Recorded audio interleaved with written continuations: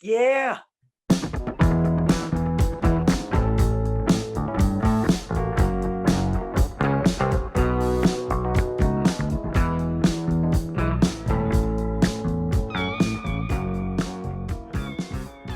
What's up, everybody? Welcome back to Listography. Jason, Joe, and Crams are here. Side 3 of George Harrison week. And today we are going to look at the Beatles solo debuts, 1970. Big year for Beatles fans. You've got the final Beatles album, Let It Be, being released. And you've got 5 Beatles solo albums being released. Ringo put out 2 in 70. Everyone else put out 1. All of those records, I think, are pretty well thought of, at least among the respective discographies. So we're just going to talk a little bit about them and which ones we like and how they compare. Well, I only listened to one Ringo because I thought it was debuts specifically, and you can only have one debut. So, which one was it? Sentimental Journey. Well, I'm talking about the other one because that one is a bunch of standards that Agreed. Ringo's in last for everybody. Come on. Yeah, okay, definitely in last, but I do kind of like the way he just was like, you know what, I'm going as far away from the Beatles as possible with both of his albums, really. Sentimental Journey has a bunch of like Cole Porter and all these sort of classic, like, you know, show tunes, Hoagie Carmichael and Johnny Mercer, and it's just completely out of left field. I appreciate that about him. He's the guy that never like had a voice compared to the other ones. So his big breakout moment is to do covers. Like I don't get that. I don't get that artistically at all. Well, I mean, he's not really a song writer on his own per se. He's one of the most underrated drummers of all time. Absolutely. I definitely prefer Beaucoup of Blues to Sentimental Journey. And I think the session playing is fantastic. And I think it's a 4-star album. I think it's a good album. It's just like, it's kind of, you know, he's not like a Harrison or a Lennon or a McCartney where he can just like whip together this like big new sound. He's just doing Ringo stuff. He's singing, he's having fun. It's good stuff. It's not like classic, but I like Beaucoup of Blues. Yeah, I like both Ringo albums from 70. Sentimental Journey, I think he said he just did for his mom because she likes those songs. And Beaucoup is good. I like it. I think probably surprised a lot of people at how good it was coming from Ringo. But yeah, it obviously doesn't compare to the other 3. No. And the Paul to me does not compare to the other 2. Classic Oh No and All Things Must Pass, I've got it 5 stars. And for Paul's McCartney, I've got it at 3 stars. I think it's good. But I mean, if you want me to critique the McCartney album versus the other 2, it's essentially just my critique of Paul McCartney versus the other 2 in the Beatles and without. So is that what anybody really wants right now? Is me to just bash McCartney for a little bit? He's not the singer George or John is. Not even close. Not even close. That's wrong. But there are, I think that they each do something totally different. They're 3 very different records. John's is this like catharsis, just total like open wound type of record.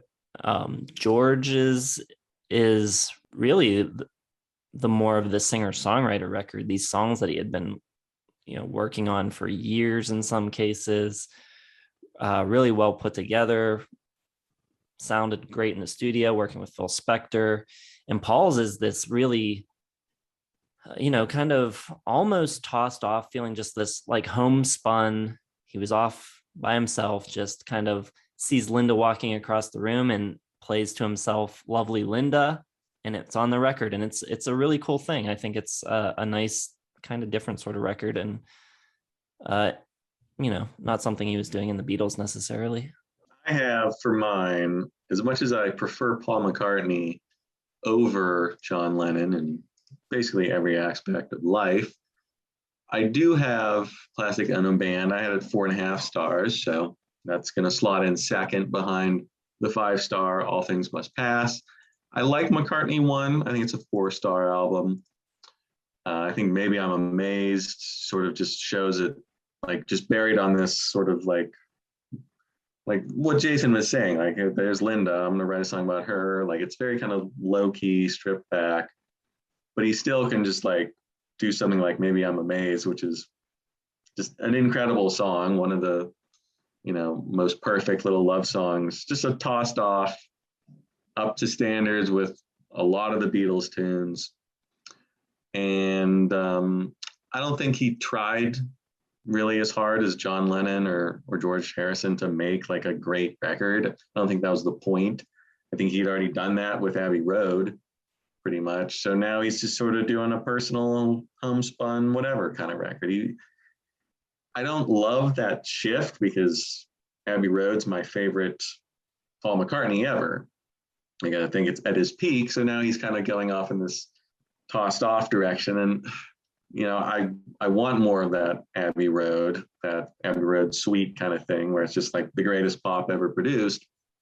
I'm not really going to get that, but I still think it's a good kind of cool record. And if you separate it from like the rest of the Beatles discography, I think it sounds a little bit better even. It's tough to compare to what he was doing like literally the same year with Let It Be and Abbey Road Suite and Oh Darling, but it's a good record nonetheless. But I think it's definitely third place behind the other two. It's one of those type of records that when you first hear it, you're like, oh, seems insignificant. But I think the more that you listen to it, the more it kind of reveals itself. I think Lovely Linda's this short little ditty, but it's really catchy. Every Night is a great track. Junk is really cool. Teddy Boy's cool. There's a lot of good stuff on it. So we all have the same ranking, it sounds. All Things, Plastic Ono, McCartney, Ringo, whatever. Yeah, I've got George and John at 5 stars and McCartney at 4.5. Yeah, I don't know. I don't know what it is. And it's like my criticisms against Paul McCartney don't apply to every musician ever, where I think he's just so pop oriented and he just like loves all the clever little things in his head that he doesn't really think about them. He's just like, let's get him down. And he's got great technique and craft, so he can make things sound good. But I don't think he's an artist the way George or John are artists. Like I'm not affected by McCartney's music at all. And I don't think it's meant to be like that.